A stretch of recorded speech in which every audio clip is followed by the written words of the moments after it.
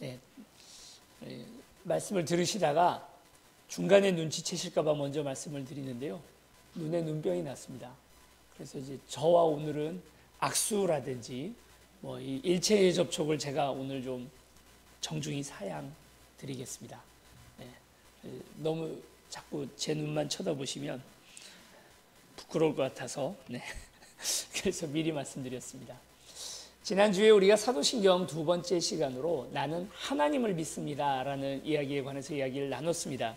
우리 여호와 하나님에 대해서 이야기하기 이전에 먼저 무신론과 유신론의 입장에 있어서 우리가 이 땅이 그냥 우연히 만들어졌다고 생각되어지는 무신론과 그것이 아니라 하나님의 놀라운 계획 가운데 정확하게 만들어진 것이 이 세상이다 하는 그 두 가지의 차이가 얼마나 극명하게 갈려지는지에 대해서 우리가 지난 시간에 같이 보았는데요.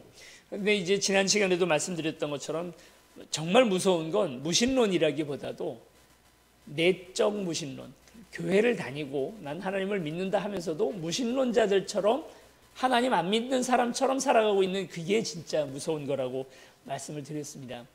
교회 다니는 무신론자들이 있다는 거예요. 그러나 하나님이 있다는 사실을 믿는 사람들에게 있어서는 분명히 다른 점들이 있는데 우리는 섭리를 믿습니다. 우연히 만들어진 건 아무것도 없고 다 하나님께서 어떤 계획 가운데 오늘 우리를 사랑하셔서 주시는 섭리가 있다는 걸 믿고요. 그리고 그냥 다른 사람들보다 조금 더 착하게 살면 되지 하는 어떤 상대적 그런 윤리가 아니라 우리는 분명한 하나님의 기준이 있고 그 기준에 맞춰서 살아간다 하는 절대적 윤리를 믿는 사람들이다. 그리고 또 하나는 사명을 쫓는 삶, 그래서 그냥 이 땅에서 많이 먹고 잘 살고 성공하는 것이 오늘 우리의 사는 목표가 아니라 하나님의 사명을 위해서 오늘 이 땅에 태어났다. 그 사명을 알지 못하고 사는 사람들이 진짜 불행한 사람들이다. 그런 등 부분들. 그리고 영원에 기대는 삶. 그래서 우리는 그냥 짧은 이 땅을 그냥 풀이 말라버리듯이 이렇게 잠깐 살다가 끝나는 것이 아니라 영원에 대한 기대가 오늘 우리 안에 있다 하는 말씀들을 오늘 우리가 같이 나눴습니다. 그래서 나는 정말 신을 믿는가? 나는 정말 이 땅이 하나님께서 만드시고 지금 다스리고 계시다는 사실을 믿는가에 대해서 솔직히 한번 물어보자 하는 이야기들을 같이 나눴습니다. 오늘은 이제 세 번째 시간으로서 나는 전능하신 하나님을 믿습니다. 하나님의 전능이라는 것이 무엇인가에 관해서 같이 이야기를 좀 나눠보려고 합니다. 먼저 오늘 우리가 읽었던 성경 본문 139편 이 말씀을 가지고 같이 좀 이야기를 시작해 보려고 합니다. 엘리베이터에서 갇혔습니다. 여러분 엘리베이터를 타고 가다가 갇히는 상황, 저도 약간의 폐쇄공포증이 있어가지고 엘리베이터라든지 아니면 이런 케이블카 같은 것들 타면 약간 좀 기분이 묘해지는 그런 느낌들이 있는데요. 폐쇄공포증이 없는 분들도요, 엘리베이터에서 갇히면 극도의 공포가 오잖아요. 어떤 한 초등학교 선생님이 이렇게 물어봤답니다. 아이들한테 엘리베이터에 갇힌다면, 어쩔 수 없이 갇혀야 된다면 누구랑 갇히고 싶어요? 하고 물어봤다는 거예요. 이제 아마 그 선생님 의도는 나랑 가장 친한 친구가 누구냐 이런 걸 이제 소개해보자는 의미로 그런 걸 물어봤겠죠. 그랬더니 우문현답이라고 어떤 한 아이가 손을 번쩍 들고 이렇게 말했다는 겁니다. 엘리베이터 수리공이요. 그렇죠. 엘리베이터를 정확하게 제일 잘 알고 있는, 그걸 고칠 수 있는 사람하고 거기에 갇힌다면 최고겠죠. 여러분 인생의 고난 가운데에서 이 고난을 이겨낼 수 있는 가장 좋은 것, 하나님이 나와 함께 하신다면 그것이 내 인생의 사실 고난도 그분이 만드신 거잖아요. 그렇죠? 고난 사탄이 만드는 게 아닙니다. 우리가 믿는 하나님은, 우리는 하나님을 이신론도 아니고 다신론에 입각한 게 아니라 일신론이잖아요. 모든 세상에 일어난 모든 일들은 하나님 한 분을 통해서만 일어난다고 믿는 것이 그게 일신론이에요. 우리는 하나님을 한 분이라고 믿습니다. 물론 삼위일체 하나님입니다만, 그렇기 때문에 사탄이라고 하는 또 다른 악의 신이 있어서 그 악의 신이 고난을 만들어내는 게 아니라고 여러 차례 말씀을 드렸습니다. 하나님께서 만드시는 거죠. 그럼 이 고난을 이겨낼 수 있는 비법, 방법은 누구에게 있을까요? 하나님에게 있죠. 너무 당연하잖아요. 그래서 우리가 고난이나 어려운 일들이 있을 때 하나님께 달려가는 것 아니겠습니까? 감사한 일이 있어도 하나님께 달려가지만 어려운 일이 있어도 하나님 앞에 달려가는 것입니다. 나에 대한 가장 최고의 전문가는 누구입니까? 바로 하나님이죠. 나는 내가 제일 잘 알아. 이런 얘기 하시는 분들이 있어요. 야, 몸 아픈데 병원 가봐. 저도 병원 가는 거 되게 싫어하거든요. 이렇게 눈이 밤탱이가 되어서야 겨우 안과에 가라고 해서 이제 겨우 한번 갑니다. 그런데 이렇게 병원 잘 안 가시는 고집센 분들이 꼭 하시는 이야기가 내 몸은 내가 제일 잘 알아. 이렇게 이야기를 하잖아요. 오늘 1절 말씀 우리 다시 한번 읽어봅시다. 1절입니다. 시작. 주님께서 나를 샅샅이 살펴보셨으니 나를 환히 알고 계십니다. 나는 나 잘 몰라요. 내가 지독하게 고집이 세다는 걸 나만 몰라요. 내가 다른 사람들에게 어떤 면에서 매력이 없는지에 대해서 내가 제일 몰라요. 내가 이기적이고 나만 아는 사람이라는 거 잘 몰라요. 그래서 정말 이기적이고 나만 아는 그런 사람들이 이런 얘기 많이 합니다. 나만 해도 괜찮잖아? 아, 저 사람은 진짜 해도 너무했어. 이런 얘기를 꼭 그분이 많이 합니다. 자기 자신을 자기가 못 보죠. 우리 거울이 있지 않는 이상은 오늘 우리를 못 보지 않습니까? 나에 대한 진짜 전문가는 내가 아니죠. 도리어 옆에 있는 사람이 더 잘 보는데 옆에 있는 분들보다도 훨씬 더 나를 더 잘 살펴보시는 분이 우리 하나님이라는 사실입니다. 내가 이 하나님에게서 나 자신을 숨기려고 바다 끝에 가서 거해도 거기까지도 와서 나를 다 이미 샅샅이 알아보시고 내 모든 것들을 아시는 하나님, 그분이 바로 우리 하나님이시라는 겁니다. 내 죄의 문제, 내 안에 가지고 있는 모든 문제에 대한 최고 전문가는 우리 하나님이십니다. 24절 읽어보겠습니다. 24절입니다. 시작. 24절 시작. 내가 나쁜 길을 가지나 않든지 나를 살펴보시고 영원한 길로 나를 인도하여 주십시오. 내 안에서 벌어질 많은 일들을 하나님께서 가장 잘 아시고 나를 다 살펴보시고 있기 때문에 이 전능하신 하나님 앞에 오늘 우리가 기도의 제목을 가지고 오는 것입니다. 왜 우리가 어떻게 하나님 앞에 기도할 수 있습니까?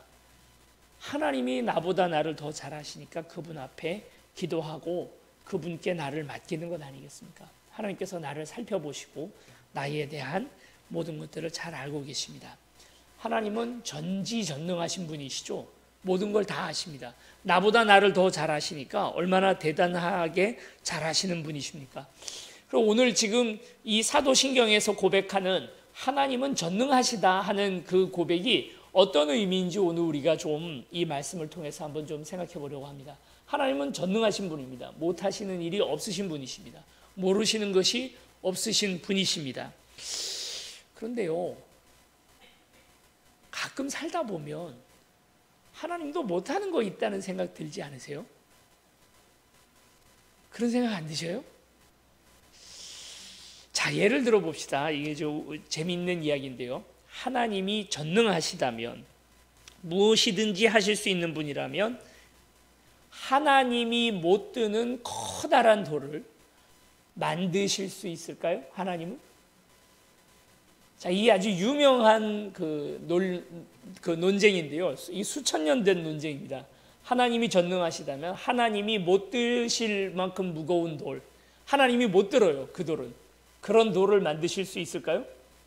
아니, 전능하시잖아요. 전능하시니까 그만한 돌을 만들 수 있어야죠. 그래야 전능이죠.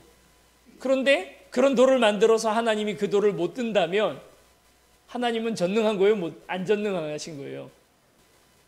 이걸 이제 바로 모순이라 하는 것 아니겠습니까? 어떤 방패건 다 뚫을 수 있는 창이 있습니다. 그리고 어떤 창에도 뚫리지 않는 방패가 있습니다. 그래서 모순, 방패와 창이라는 말, 모순이죠. 역설. 말도 안 되는 이야기입니다. 그래서 하나님은 전능하실 수가 없다는 거예요. 동의가 되셔요? 하나님이 전능하신데 하나님이 못 드는 돌을 하나님이 못 만든다. 이게 말이 안 되기 때문에 하나님은 전능하지 못하다. 이제 이렇게 사람들이 주장을 했던 거예요. 실제로 정말 하나님이 이렇게 말 안 되는 입장에서 못하는 부분들이 있죠. 무엇이든지 뚫을 수 있는 창을 만들 수 있고 어떤 창에도 뚫리지 않는 방패도 하나님께서 만드실 수 있다면 이것도 모순 아닙니까? 똑같은 역설이 이 안에 있는 거죠. 자, 이런 질문으로 그럼 바꿔보겠습니다. 하나님이 사랑이시면서 동시에 악일 수 있는가? 우리에게 자유를 주시면서 동시에 우리를 억압하실 수 있는가? 죄를 미워하시면서도 그냥 아무 대가 없이 모두를 또 용서하실 수도 있는가? 다 모순입니다. 그러실 수가 없어요. 그렇게 놓고 보면 하나님도 못하는 게 있다는 사실을 오늘 깨닫게 되는데요. 그래서 그런 의미에서 하나님이 전지전능하다는 것이 우리가 생각하는 것처럼 모든 가능성들이 다 열려있고 하나님께서 모든 걸 다 하신다는 그 뜻이 아니라는 이야기죠. 이걸 못한다고 하나님께서 전능하지 못하다라고 말할 것 같으면 맞습니다. 하나님은 전능하지 못하십니다. 하나님은 말 안 되는, 논리적으로 모순되는 일은 못하십니다. 하나님이 못하시는 것이 있습니다. 또 있죠. 뭘 못하시냐면 하나님이 강제로 우리가 하나님 사랑하도록은 못하십니다. 강제로 어떤 사람을 사랑해버리는 것, 우리 그걸 뭐라고 말합니까? 조금 세게 얘기해서 이런 걸 겁탈이라고 얘기를 하는 거예요. 사랑을 강요하고 강제하는 행위. 하나님 그렇게 하지 않으십니다. 왜 그럴까요? 하나님이 마술적인 힘으로 오늘 우리의 마음을 변화시켜서 그냥 하나님 믿게 하면 되잖아요. 어느 날, 그 전에도 한번 말씀드렸습니다만, 하늘 위에 파란 하늘을 만드시고는 거기에다가 구름으로 나는 전능한 여호와다 하고 갑자기 하나님께서 손이 나타나서 쓰시는 거예요. 나를 안 믿으면 니들은 다 지옥 간다 하고 쓰는 겁니다. 그러니 빨리 지금이라도 세움교회로 가라 막 이렇게 써놓은 거예요. 여러분, 그러면 안 믿을 사람 누가 있겠습니까? 그런데 그 하나님이 그걸 안 하시는 거죠. 우리가 하나님을 강제로 믿도록, 강제로 사랑하도록 하지 않으십니다. 왜 그럴까요? 이것이 바로 하나님의 속성이기 때문입니다. 하나님이 못하시는 것이 있는데 당신의 속성에 반한 일들을 하지 못하십니다. 우리 하나님의 속성에 반대되는 일들을 하지는 절대로 않으십니다. 우리의 마음을 마술적으로 강제적으로 바꿔서 지상낙원을 만드는 그런 일들을 하나님께서 하지 않으십니다. 그리고 하나님의 계획이나 본성에 반대해서 자기 마음대로 한다고 해서 이걸 전능이라고 부르는 건 아니라는 거예요. 하나님의 전능은 그런 전능입니다. 우리의 불행을 억지로 다 막아버리면, 자, 이런 생각 한번 하잖아요. 정말 불행한 일들이 생겨요. 아니, 하나님 전능하시다면서 왜 이런 일들을 못 하실까? 왜 나한테 이런 불행한 일들이 벌어질까? 왜 내게 이런 일들이 벌어질까 하는 일들, 그런 것들 오늘 우리에게 많이 있지 않습니까? 전능이라고 하는 것은 그래서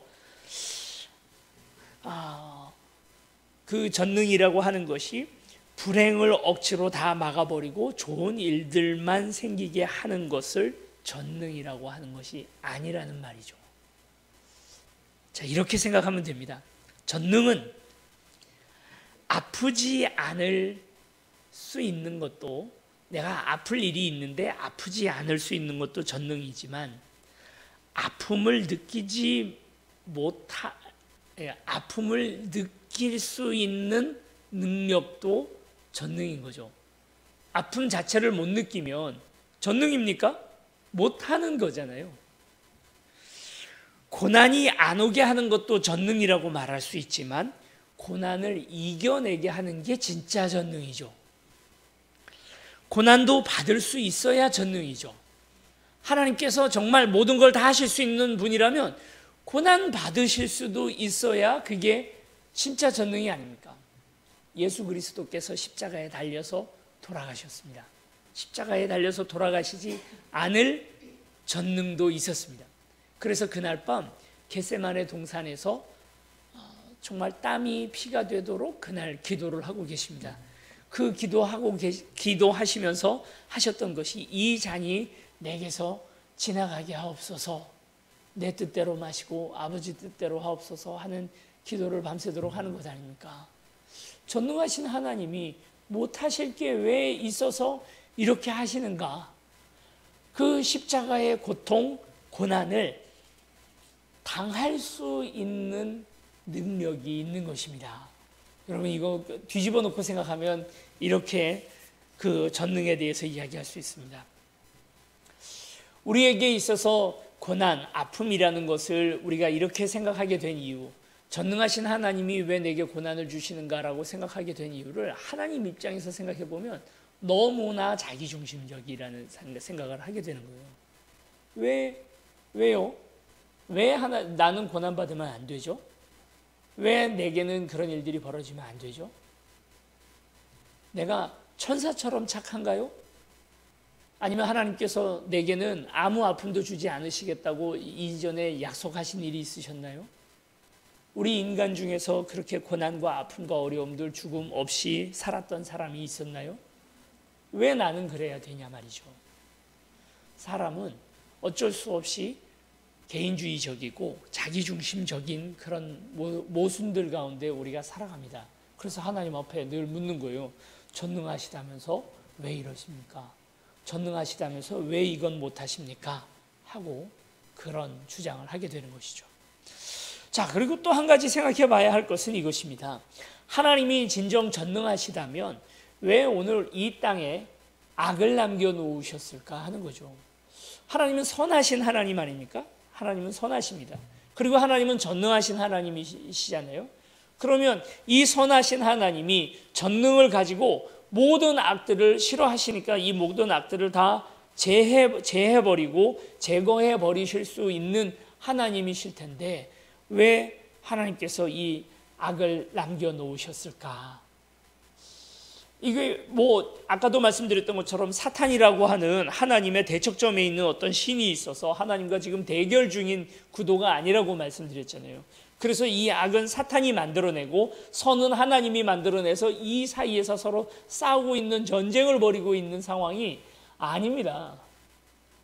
도리어 어떤 면에서는 악조차도 하나님께서 남겨놓은 하나님의 책임 안에 있는 것이라는 거죠.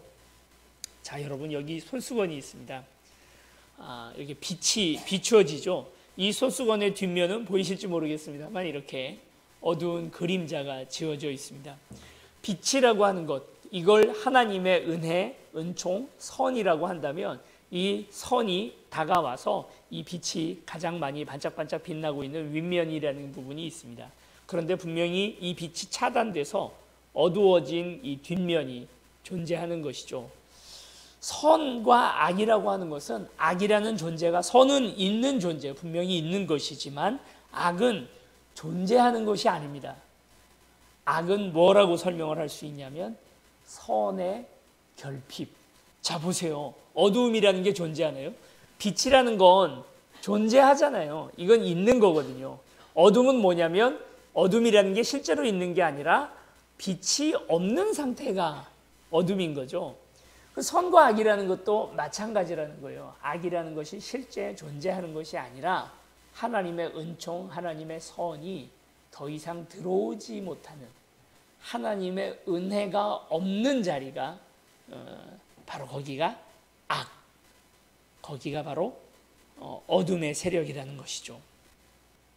그런 의미에서 악을 하나님께서 만들어내신 것이 아니라 선이 우리의 죄나 오늘 우리 안에 가지고 있었던 여러 가지 나쁜 그런 모습들 또는 다 들어오지 못하는 그런 부분들에 의해서 아직 선이 투과되지 못한, 선이 존재하지 못하는 그것이 바로 악이라는 것입니다. 그렇게 놓고 보면 하나님께서 이 땅을 선하게 지으셨는데 아직도 이 땅에 악이 남아 있다는 것이 설명이 됩니다. 우리는 이 선을 어떻게든 이 어두움의 세력에까지, 어둠이 있는 자리에까지 계속해서 선을 내려 쪼이고, 그래서 더 선한 사회, 세상이 될 수 있도록 우리가 애를 써야 되는 사명을 오늘 우리가 가지고 있는 거죠.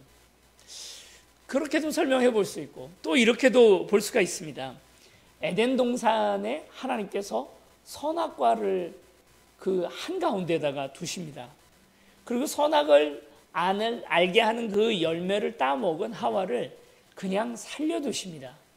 왜 이걸 그냥 내버려 두셨을까요? 만약에 하나님이 선악과 하와가 딱 따먹는 순간 네 이놈 하고 나타나셔서 바로 하와를 죽이셨다면, 그러면 이 땅에 악이 없잖아요. 죄가 없잖아요. 원천 차단하실 수 있었지 않습니까? 전능하신 하나님이 왜 하와를 내버려 뒀을까? 만약에 오늘 우리도 죄를 저지를 수 있지 않습니까? 누군가가 슬면 미워졌어요. 저 정말 꼴 보기 싫다 하고 했을 때 하나님께서 갑자기 나타나셔서 뒤통수를 한 대 딱 때리시면서 무슨 생각해? 그런 생각하면 안 되지. 사랑해야지. 하면 그렇지 않습니까? 우리 안에 막 죄악에 대한 유혹이 막 생각이 날 때 하나님께서 짠 하고 나타나셔서 생각 자체를 하지 못하게 만드셨다면 오늘 우리가 죄 짓고 살까? 그렇잖아요. 근데 왜 하나님께서는 우리를 그냥 내버려 두실까요? 왜 오늘 우리를 그냥 죄 가운데 내버려 두실까요? 왜 죄 저지르고 사는 사람들이 더 잘 살까요? 왜 악한 마음 가지고 사는 사람들이 더 형통할까요? 하와를 살려두신 하나님, 하와에게 더 긴 세월을 허락하시고 그 징계가 선악과를 따먹는 날에는 네가 반드시 죽으리라 하신 말씀을 한참을 유보해 놓으신 이유가 바로 무엇입니까? 악을 섬멸하는 것보다 하나님께서는 이 악을 선으로 바꾸시는 것이 훨씬 나은 일이라고 생각하시기 때문입니다. 악을 당장 징계해서 더 이상 악이 진전되지 못하게 하는 것이 아니라 이 악이 선이 될 때까지 기다리시는 하나님이신 거죠. 내가 나쁜 생각할 때마다 그때 하나님께서 나오셔서 나를 계속 때리고 계신다면 내 안에 자유의지는 없잖아요. 숨 막히는 겁니다. 정말. 그 속에서 조금이라도 내 속에서 깨달음이 있어서 그래 내가 하나님 앞에 더 가까이 가야지 하는 생각을 하게 되는 게 아니라 맞을까 봐 무서워서 그것 때문에 벌벌 떨면서 나가는 거는 그래서 하나님 앞에 착하게 살려고 하는 거 하나님 원하시는 게 아닌 거죠. 우리에게 기회를 주시는 하나님이십니다. 하나님은 우선순위가 있어요.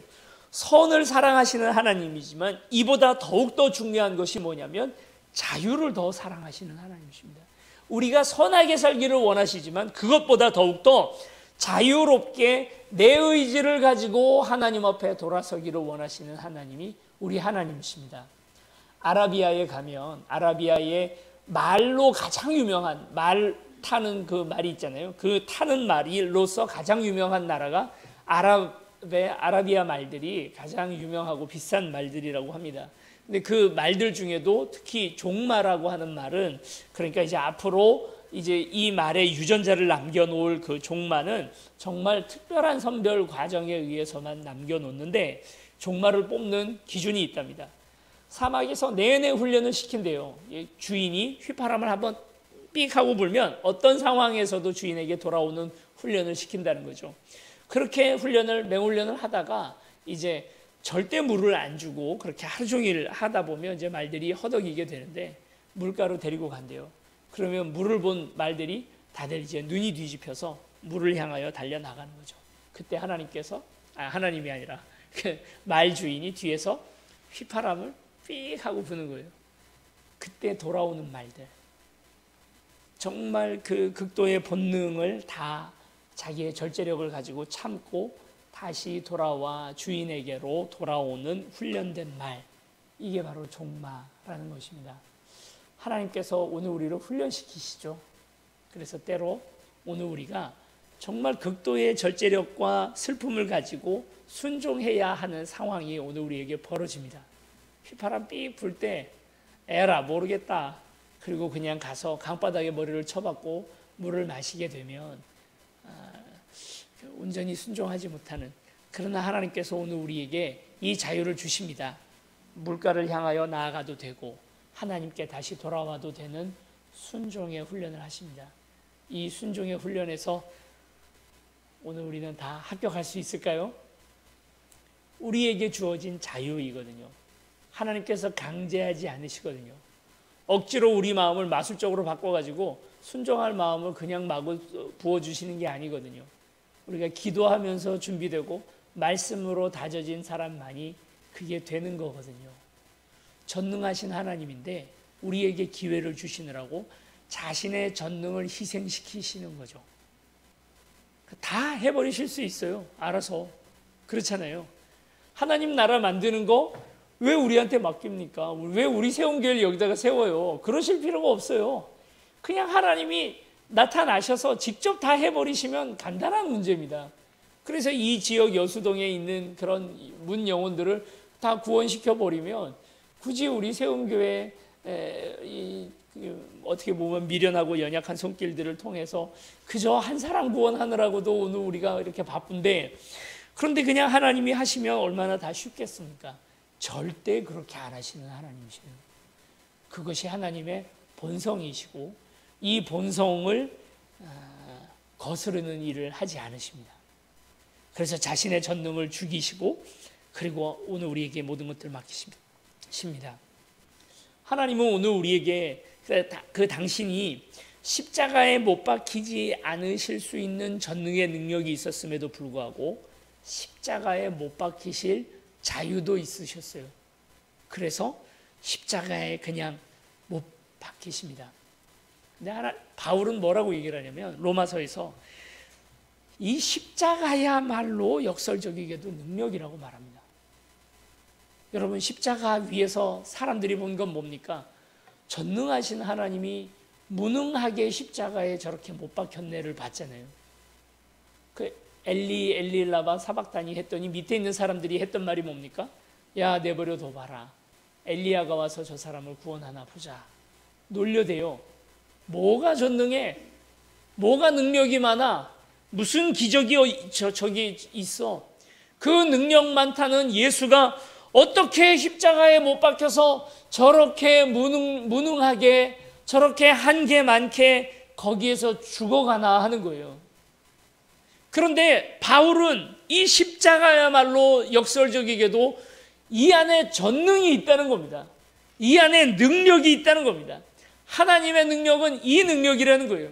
십자가에 안 못 박힐 수 있는 능력이 아니라 십자가에 못 박히실 수 있는 능력, 십자가에 못 박혀서 그 한계에서야말로 바로 오늘 우리를 구원하시는 그 능력, 해버리실 수도 있으나 하지 않는 전능, 하나님의 자기절제, 이것이 바로 전능이라는 거죠. 안 아프실 수 있는 분이 아프시는 자리에까지도 가는 바로 이 능력입니다. 여러분, 하나님도 아프셨는데 나는 아프면 안 되나요? 하나님도 죽으셨는데 나는 죽으면 안 되나요? 그러니까 하나님 전능하신데 어떻게 이래요? 라는 말이 상당히 내 중심적이라는 사실을 오늘 우리가 보게 되는 거죠. 고통의 문제를 바라보는 이제 오늘 우리의 시선 자체가 그 순간은 그 고통이 없는 것이 정의로운 것 같아 보여도 그 사실은 굉장히 오늘 우리 중심적인 그런 이야기들입니다. 다 내 중심적인 이야기. 그러니까 마치 아주 갓난 아이가 이제 막 말하고 다니는 아이가 때리면 나쁜 사람, 혼내면 나쁜 사람, 나한테 잘해주고 칭찬해주면 그 사람은 나한테 좋은 사람, 이렇게 생각하는 꼬마 심술난 아이 같이 오늘 난 꼭 그렇게 이 땅을 살아가고 하나님에게도 그렇게 하는 것이죠. 전능하신 하나님이 당신의 전능으로 당신의 방법을 선택하셔서 우리를 바꾸시고 악을 상대하시고 계시다는 사실입니다. 당장 뭐가 이루어져야 되고 당장 내 눈앞에서 벌어져야 되나? 왜 나의 때, 내 방법, 내 행복을 기준으로 삼아서 하나님의 전능하신 당신의 자유를 우리가 믿는다 못 믿는다 그런 소리를 하냐 이거죠. 성경은 자기중심적인 그런 인간의 입장에서 인간이 천국 가는 이야기라는 그런 자기 고정관념을 가지고 성경을 읽으면 반밖에 이해를 못한다. 그것이 오늘 우리가 성경을 보는 가장 중요한 태도입니다. 이건 누구 중심으로 봐야 됩니까? 성경은? 성경의 주인공은 하나님이에요. 성경에 반대급부가 있다 그러죠. 사탄경이라고 있답니다. 사탄경, 사탄이 쓴 경전, 사탄이 성경이라고 믿는 사탄경이 있답니다. 1장 1절을 이렇게 말한다는 거예요. 너가 세상의 주인공이다. 너가 주인이다. 온 세상의 주인은 너다. 너의 인생의 주인은 바로 너다. 이게 사탄이 1장 1절에서 하는 말이라는 겁니다. 성경 1장 1절은 뭐라고 되어 있습니까? 태초에 하나님이 천지를 창조하시더라. 전혀 반대의 이야기를 하고 있는 거예요. 우리의 소유권을 누구에다가 돌리고 있는 겁니까? 그런데 어느 순간 나도 모르게 나도 사탄경 1장 1절대로 살아가고 있는 거예요. 왜 고난이 내게 오면 안 되나? 왜 내 때, 내 방법, 내 중심으로 살아야 되나? 왜 하나님께서 나에게는 잘해줘야 되나? 여러분, 이 생각에서부터 벗어나는 저와 여러분들이 되었으면 좋겠습니다. 이렇게 놓고 보니까 이제 이해가 가죠. 하나님께서는 전능하신 분이 맞으십니다. 십자가에 달리실 만큼 전능하십니다. 우리의 고난을 대신 짊어지실 만큼 전능하신 분이 바로 우리의 하나님이십니다. 그 전능하신 하나님이 우리의 하나님이십니다. 우리 24절, 시편 139편 24절을 다시 한번 읽겠습니다. 시작. 내가 나쁜 길을 가지나 않는지 나를 살펴보시고 영원한 길로 나를 인도하여 주십시오. 나보다도 더 잘하시는 하나님께서 나를 인도해 주시는 것. 내 길에 주님 따라오세요. 내가 지금 가고 있지 않습니까? 왜 당신이 뭐라 합니까? 그게 아니라 하나님, 내 길을 당신이 가장 잘 아십니다. 23절에도 보니까 하나님 나를 샅샅이 살펴보시고 내 마음을 알아주십시오. 나를 철저히 시험해 보시고 내가 걱정하는 바를 알아주십시오. 내 가는 길을 주께서 가장 잘 아시니 당신이 그 길을 인도하여 주십시오. 당신이 전능하신 하나님이십니다. 나는 당신의 전능함에 비하면 나는 무능합니다. 여러분, 전능하신 하나님을 고백할 때 오늘 우리는 이 고백이 반드시 있어야 합니다. 하나님, 나는 무능합니다. 나는 아무것도 모릅니다. 내가 가장 전문적으로 내게 가장 익숙할 바로 나 자신에 관련해서도 내가 가장 잘 모르는 게 바로 나입니다. 그러니 주님, 나를 인도하여 주십시오. 그 고백이 저와 여러분들의 고백, 그리고 사도신경을 외울 때마다 전능하신 하고 말할 때마다 이 고백들이 저와 여러분에게 계속 되어지는 고백이 되기를 축원합니다.